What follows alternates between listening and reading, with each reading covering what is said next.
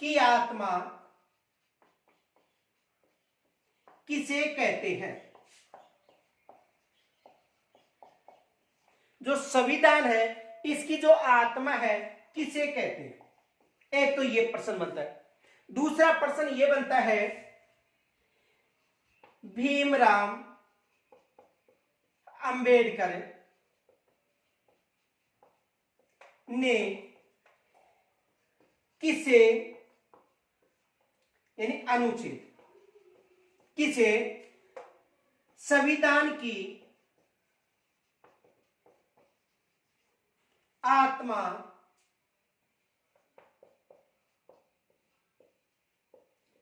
कहा था? एक ही ये प्रश्न बनता है। देखो, भीमराव अंबेडकर ने किसे या किस अनुच्छेद को संविधान की आत्मा बताया था, और संविधान की आत्मा किसे कहा जाता है? तो देखो, संविधान की आत्मा प्रस्तावना को कहा जाता है। संविधान की आत्मा किसे कहा जाता है? प्रस्तावना या उद्देशिका। संविधान की आत्मा किसे कहा जाता है? प्रस्तावना या उद्देशिका को, जो पंडित जवाहरलाल नेहरू के द्वारा जो संविधान था उसमें प्रस्तुत की गई थी, यानी प्रस्तावना को ही संविधान की आत्मा कहा जाता है। लेकिन संवैधानिक उपचारों का जो मूल अधिकार था, यानी बी आर अम्बेडकर ने जो संवैधानिक उपचारों का जो मूल अधिकार था उसे संविधान की आत्मा कहा था। किसे? देखो,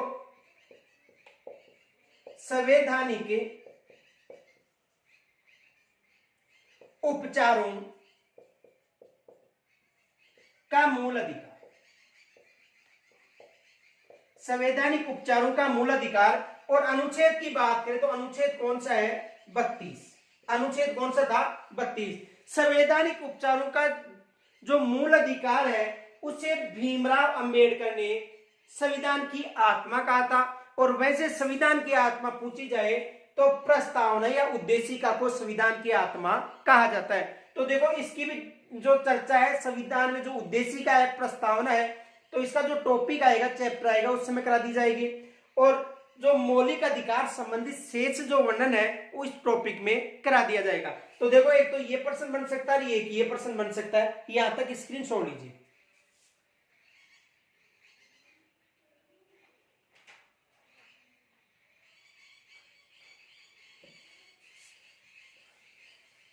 देखो, भाग 4 है, उसमें राज्य के नीति निर्देशक तत्वों का उल्लेख मिलता है। भाग 4, यदि भाग 4 की बात करें तो भाग 4 में राज्य के नीति निर्देशक तत्वों का उल्लेख मिलता है। यानी भाग 4 में किसका उल्लेख मिलता है? राज्य के नीति निर्देशक तत्वों का उल्लेख मिलता है। किस भाग में मिलता है? भाग 4 में मिलता है। अब देखो, जो राज्य की नीति निर्देशक तत्व है, ये भी प्रश्न बनता है कि किस राष्ट्र से ग्रहण किए गए हैं। यानी राज्य के जो नीति निर्देशक, देखो प्रश्न एग्जाम में बनता है कि जो राज्य के नीति निर्देशक हैं, देखो अनुच्छेद तो है 36 से 51 तक। प्रश्न ये बन सकता है कि राज्य के नीति निर्देशक तत्वों, राज्य के नीति निर्देशक तत्व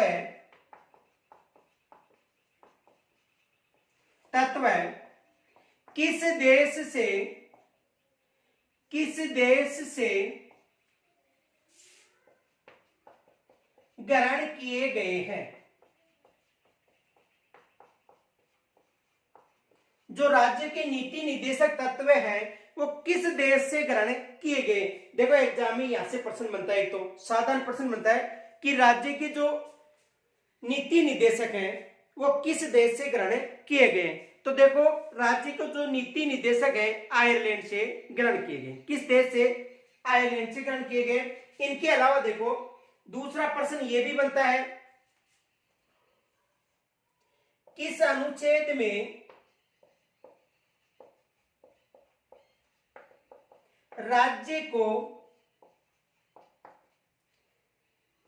परिभाषित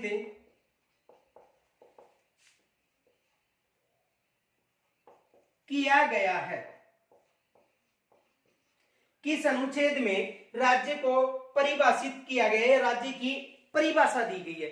तो अनुच्छेद 36 में मौलिक अधिकार के रूप में, अनुच्छेद जो नीति निर्देशक तत्व के रूप में अनुच्छेद जो 36 है, अनुच्छेद 36 में परिभाषित किया गया है राज्य को नीति निर्देशक तत्व के रूप में।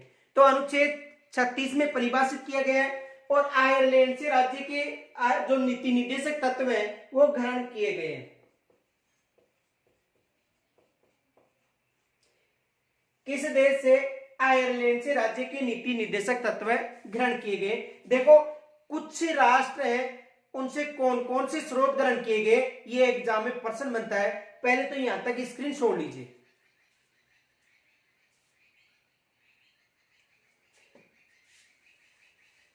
देखो यहां तक समझो, पहले एक छोटा सा सूत्र याद कर लो। वैसे तो पीछे भी आपको जो विदेशी राष्ट्र उनसे स्रोत ग्रहण के जो चैप्टर था वो आपको पढ़ा दिया था। अब देखो यहां पर थोड़ा सा और देख लो। एक सूत्र याद रखना, आनी आज 10 20 को गफा करूं, ये याद रखना। आनी आज 10 20 को गफा करूं, एक प्रश्न यहां से ही बन जाता है। देखो आ का मतलब है, देखो आ का मतलब है आयरलैंड।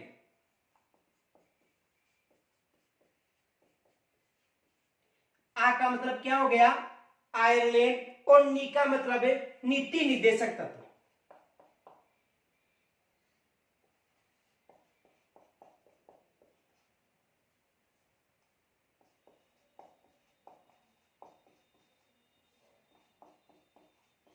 आ का मतलब है आयरलैंड और नी का मतलब है नीति निर्देशक तत्व। जो नीति निर्देशक तत्व है वो किस राष्ट्र? देखो आ का मतलब आयरलैंड, नी का मतलब नीति निर्देशक, राज्य के नीति निर्देशक तत्व। अब देखो आ का मतलब है आपातकाल।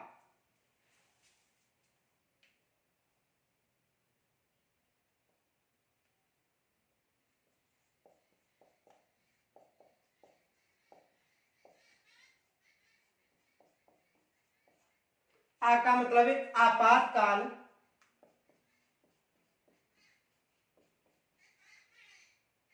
और आपातकाल जे का मतलब है जर्मनी। आपातकाल कहां से ग्रहण किया गया है? जर्मनी से। आपातकाल कहां से ग्रहण किया गया है? जर्मनी से। और यदि वित्तीय आपात की बात पूछे तो वित्तीय आपात अमेरिका से ग्रहण किया गया है। आपातीय जो व्यवस्था है वो तो जर्मनी से ग्रहण की गई है, लेकिन यदि वित्तीय आपात की बात करें तो वित्तीय आपात का जो प्रारूप था वो संयुक्त राज्य अमेरिका से ग्रहण किया गया। एग्जाम में प्रश्न बन सकता है यदि वित्तीय आपात की बात करें तो देखो वित्तीय आपात संयुक्त राज्य अमेरिका से। अब देखो 10 में द का मतलब है दक्षिणी अफ्रीका। दक्षिणी अफ्रीका। और स का मतलब है संविधान संशोधन।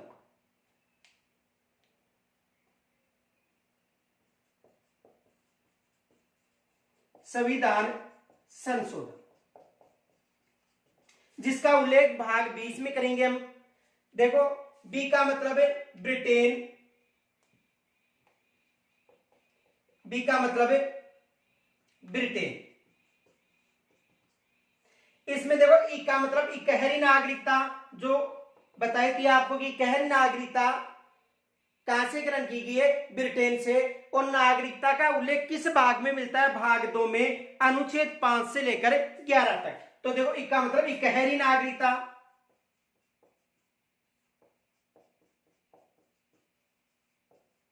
इक का मतलब इकहरी नागरिकता।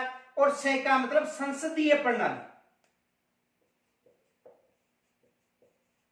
संसदीय प्रणाली। स का मतलब है संसदीय प्रणाली। तो इकहरी नागरिकता ब्रिटेन से और संसदीय प्रणाली भी किससे ग्रहण की गई है? ब्रिटेन से। को छोड़ना है। गे का मतलब है गणतंत्र। और फा का मतलब है फ्रांस। फा का मतलब है फ्रांस। क का मतलब कर्तव्य।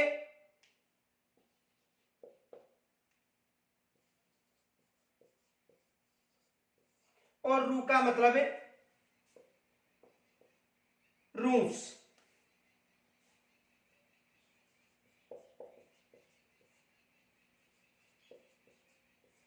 तो देखो यहां से एग्जाम में एक प्रश्न जरूर बनता है। वित्तीय आपात संबंधी प्रश्न भी बना हुआ है। वित्तीय आपात की बात करें तो अमेरिका से ग्रहण किया गया था। देखो नोट याद रखना, वित्तीय आपात,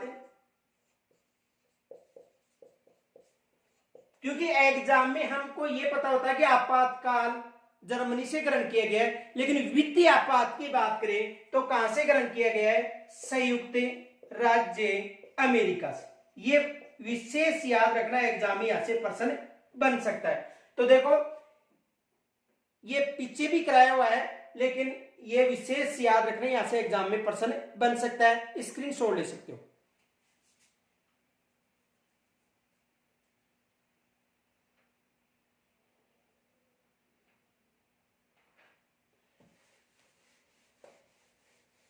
देखो एक प्रश्न ये बनता है,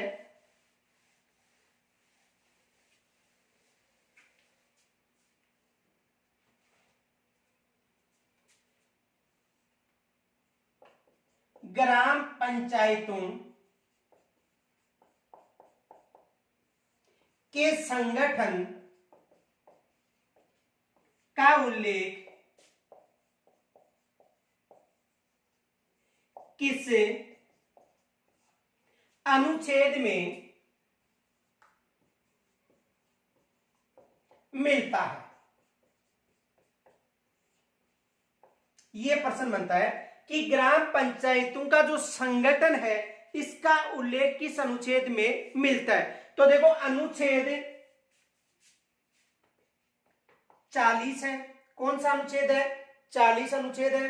और कौन सा भाग है? भाग 4। यानी भाग 4 का मतलब है राज्य के नीति निर्देशक तत्वों के जो अनुच्छेद 40 है, राज्य का नीति निर्देश तत्वों का जो अनुच्छेद 40 है उसमें ग्राम पंचायत के संगठन का उल्लेख मिलता है। यानी राज्य के नीति निर्देशक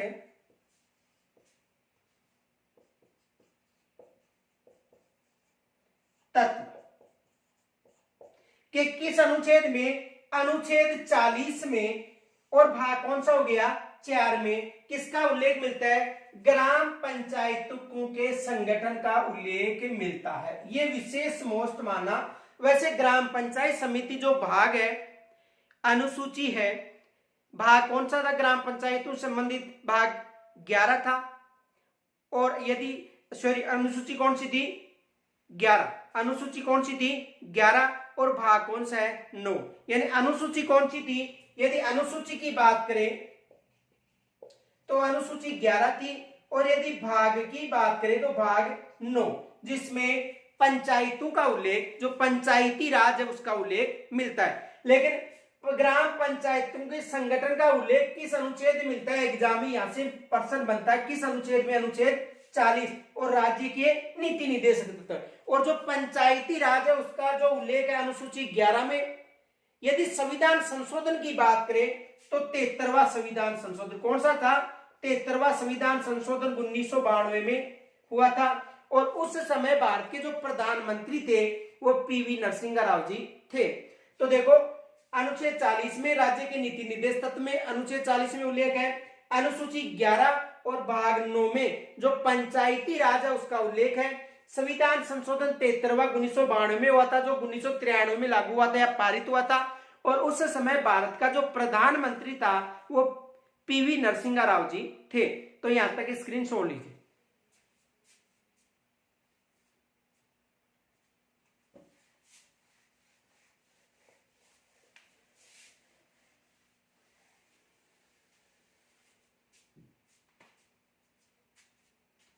देखो भाग 4 के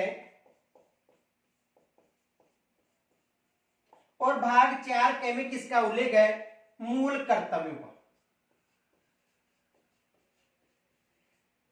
अनुच्छेद 51 देखो, यानी अनुच्छेद 51 का है,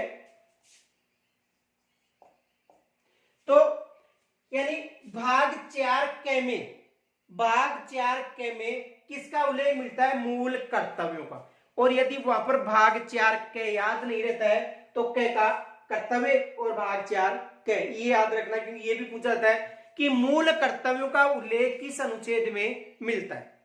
तो जो मूल कर्तव्य है उनका जो उल्लेख है वो किस अनुच्छेद में मिलता है? अनुच्छेद 51 के। भाग कौन सा हो गया? 4 के। अब देखो, जो मूल कर्तव्य है किस राष्ट्र से ग्रहण किए गए? तो जो मूल कर्तव्य है रूस से ग्रहण किए गए। किस राष्ट्र से? रूस से। मूल संविधान में मूल कर्तव्यों का उल्लेख नहीं था। एक तो ये प्रश्न बनता, देखो प्रश्न क्या बनता है, याद रखना, फैक्ट है ये, नोट। मूल संविधान में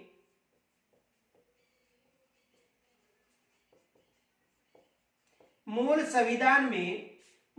कर्तव्यों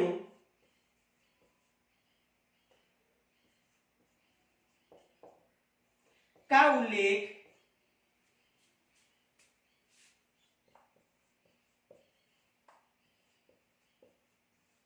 नहीं था। मूल संविधान में मूल कर्तव्यों का उल्लेख नहीं था। अब देखो एग्जाम में क्या प्रश्न बनाता है, देखो प्रश्न ये बनाता है, मूल संविधान में मूल कर्तव्य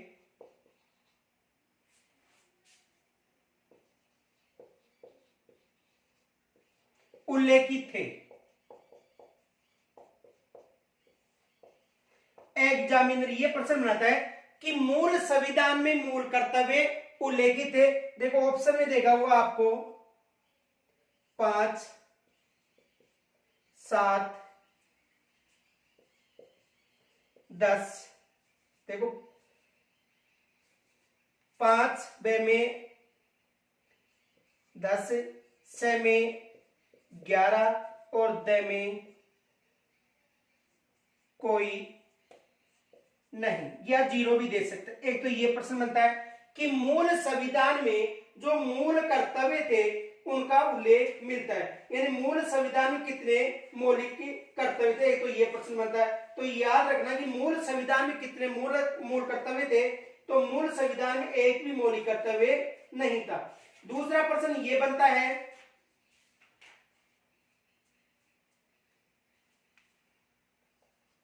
वर्तमान में भारतीय संविधान में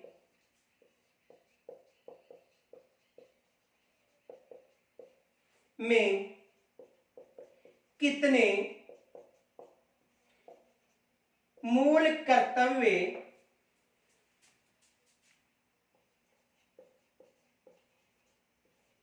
उल्लेख, यानी वर्तमान में कितने मूल कर्तव्य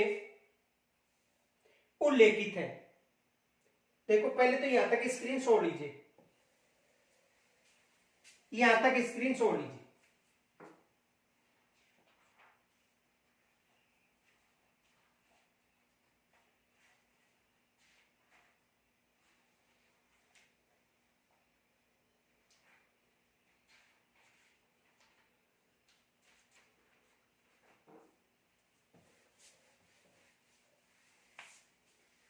देखो ये प्रश्न बनता है,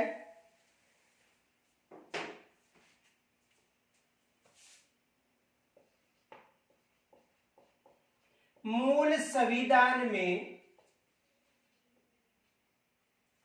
देखो वर्तमान में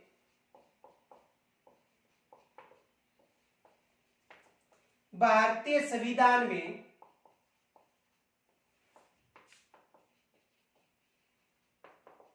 में कितने मूल कर्तव्यों का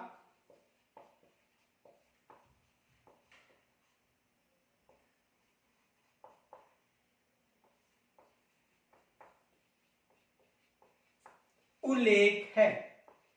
देखो वर्तमान में भारतीय संविधान में कितने मूल कर्तव्यों का उल्लेख है, यानी कितने मूल कर्तव्यों का उल्लेख है। तो वर्तमान में कितने मूल कर्तव्य हैं?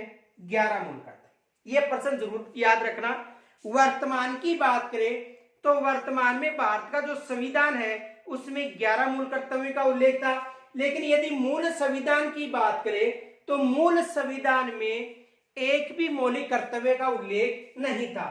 तो वर्तमान में कितने मूल कर्तव्य हैं? 11। दूसरा प्रश्न यह बनता है कि मूल कर्तव्यों को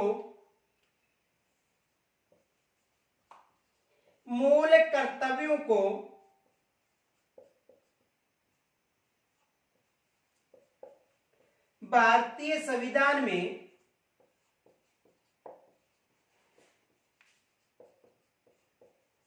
किस संविधान संशोधन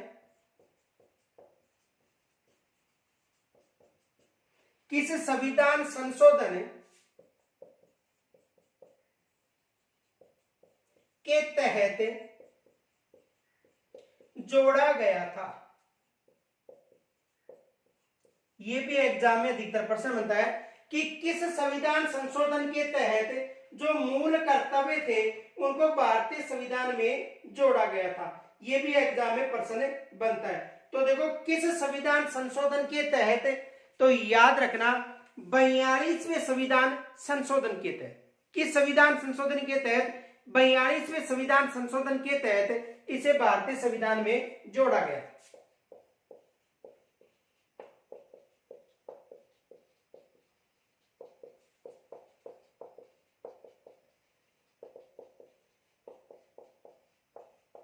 किस संविधान संशोधन के तहत? 42वें संविधान संशोधन के तहत इसे भारतीय संविधान में जोड़ा गया था। यहां तक स्क्रीनशॉट लीजिए।